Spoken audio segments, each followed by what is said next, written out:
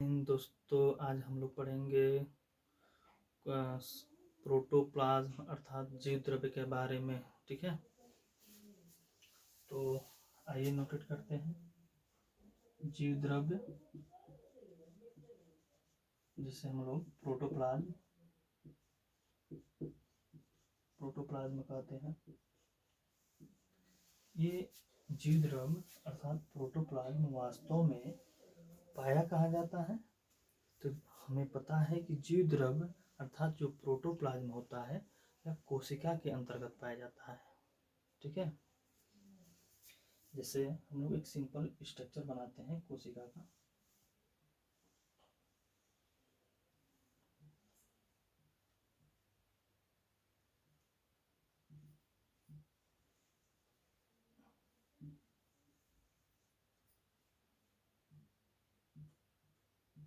ये कोशिका का आपको पता है, कोशिका कला है। कोशिका कला और बीच में आपको केंद्रक दिख रहा है। केंद्रक के चारों तरफ जो आवरण है उसे केंद्रक कला कहते हैं। तो वास्तव में जीव द्रव्य होता क्या है कि जब हम कोशिका को लेकर इलेक्ट्रॉन सूक्ष्मदर्शी की मदद से देखते हैं तो हमें कोशिका के अंदर जो भी जेली पदार्थ अर्थात चिपचिपा पदार्थ भरा हुआ दिखाई देता है, उसे ही हम लोग जीव द्रव्य अर्थात प्रोटोप्लाज्म कहते हैं। तो जीव द्रव्य होता क्या है कि जब हम कोशिका के अंदर इलेक्ट्रॉन सूक्ष्मदर्शी की मदद से देखते हैं तो कोशिका के अंदर जो भी जेली पदार्थ, जो भी अर्धठोस पदार्थ दिखाई देता है, उसे हम लोग जीव द्रव्य अर्थात प्रोटोप्लाज्म कहते हैं। और जीव द्रव्य की जो खोज है सर्वप्रथम सन 1835 ईस्वी में डुजार्डी नामक वैज्ञानिक ने किया था। और जिन्होंने उस समय उस जीव द्रव्य का नाम न देकर सारकोड नाम दिया था, सारकोड। तो डुजार्डिन के द्वारा जीव द्रव्य का नाम सारकोड रखा गया था। इस सारकोड नाम को बाद में बदलकर पुरकिंजे नामक वैज्ञानिक ने क्या नाम रख दिया था? जीव द्रव्य। ये जीव द्रव्य का नाम देने वाले पुरकिंजे नामक वैज्ञानिक थे, पुरकिंजे। ठीक है, तो सन 1835 ईस्वी में सबसे पहले डुजार्डी नामक वैज्ञानिक ने जीव द्रव्य को देखा था। और उस समय उन्होंने जीव द्रव्य का नाम न देकर उन्होंने अपने तरीके से नाम रखा था, जिसे सारकोड नाम दिया गया था। और बाद में उसी सारकोड नाम को बदलकर जीव द्रव्य अर्थात प्रोटोप्लाज्म नाम कौन दिया था? पुरकिंजे नामक वैज्ञानिक ने। ठीक है, तो आइए देखते हैं जीव द्रव्य कितने भागों में बटा होता है।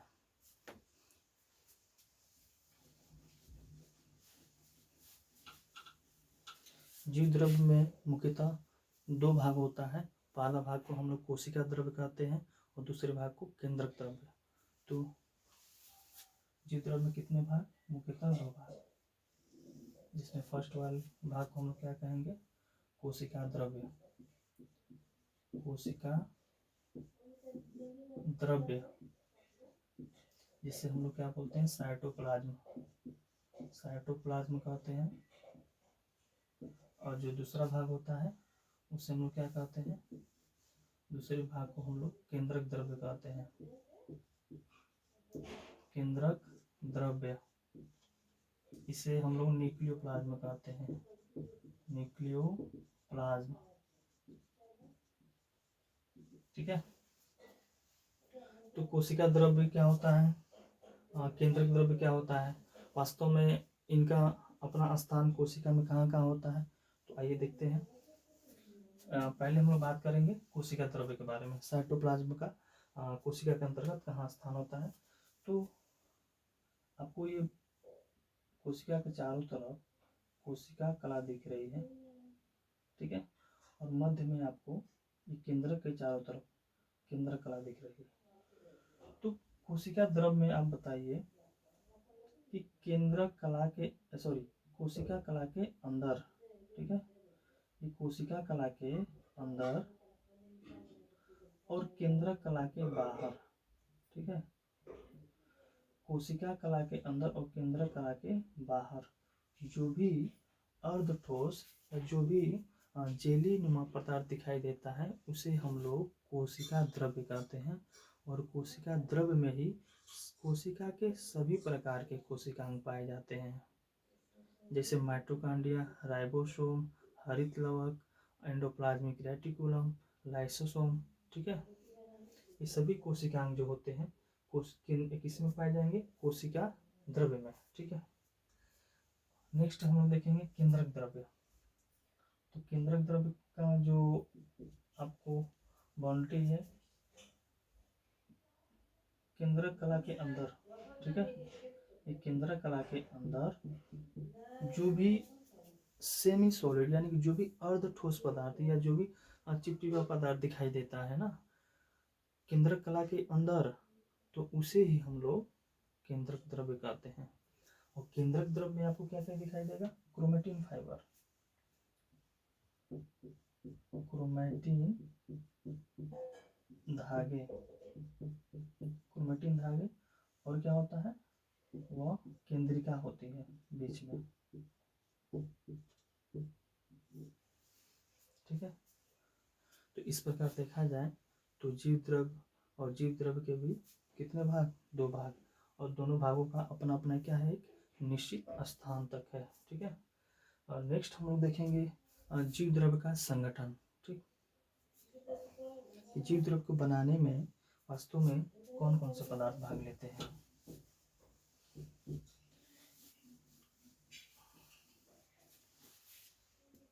नेक्स्ट बिंदु आपका होगा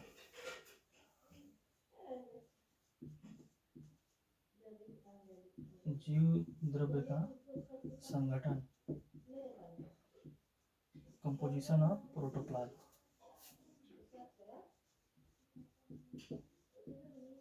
कंपोजिशन ऑफ प्रोटोप्लाज्म। ठीक है, तो जीव द्रव्य को बनाने में जल तथा कार्बनिक व अकार्बनिक पदार्थ भाग लेते हैं। कार्बनिक व अकार्बनिक पदार्थ भाग लेते हैं। इसकी प्रकृति कैसी होती है? अर्धठोस। ठीक है, अर्धठोस होता है और ये पारदर्शी होता है।